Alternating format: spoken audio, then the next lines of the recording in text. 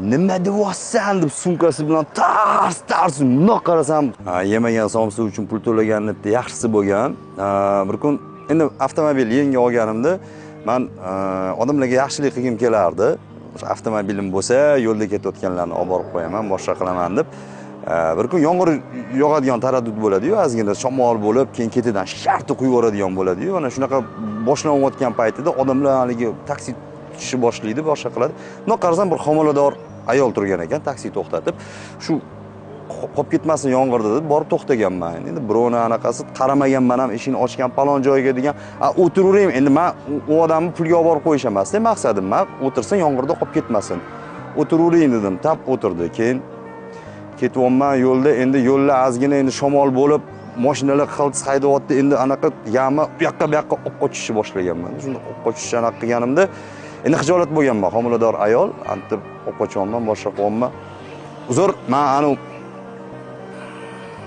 anaqa noto'g'ri haydamayapmanmi, sizga anaqa emasmi desam, endi men bundan qarab gaplashyapman zadniy oyna bilan. Nima qilmayapsizmi desam, yo'q. Men unaqa so'rayapsiz. Xijolat bo'lmay, endi men bir necha marta so'raganman. Uzr, anaqa haydab yubormayapmanmi? Yo'q, men unaqa deyapsiz. Keyin endi o'zimchaligi siz ikki qatmisiz degim kelmaganda, endi bir keyin homiladorsiz ham degim kelmaganda, qo'polishtirmas, og'ir oyoqmisiz deyman deb, suyuq oyoqmisiz deb yuborganman-da. Nima deyapsan deb sumkasi bilan tars mundoq qarasam, homilador emas-da, u qiz. Keyin men tushib qol, bir narsa tushib qolgan mashinadan nima bo'ldi? Keyin men o'zim o'tirib anglashga harakat qildim. Shamolda uni sarafani ko'tarilgan. Men uni homilador deb o'ylaganman-da. Homilador deb o'ylab yaxshilik qilaman deb to'xtaganman.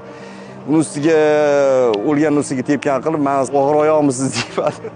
Suyuq oyoqmisiz deb yuborganman-da. Men endi birovga suyuq oyoq yoki og'ir oyoq degan gapni gapirmaganligim uchun kallada kashi bo'lib ketganda hammasi-da.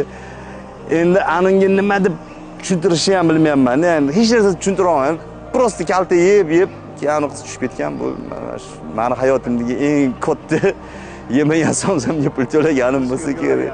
Tushuntirib bera olmaysiz ham-da. Buni hozir agar shu inson ko'rayotgan bo'lsalar, meni endi tushungandirsiz, lekin o'sha paytda tushuntirib bera olmaganman. Adashib ketganman o'zim.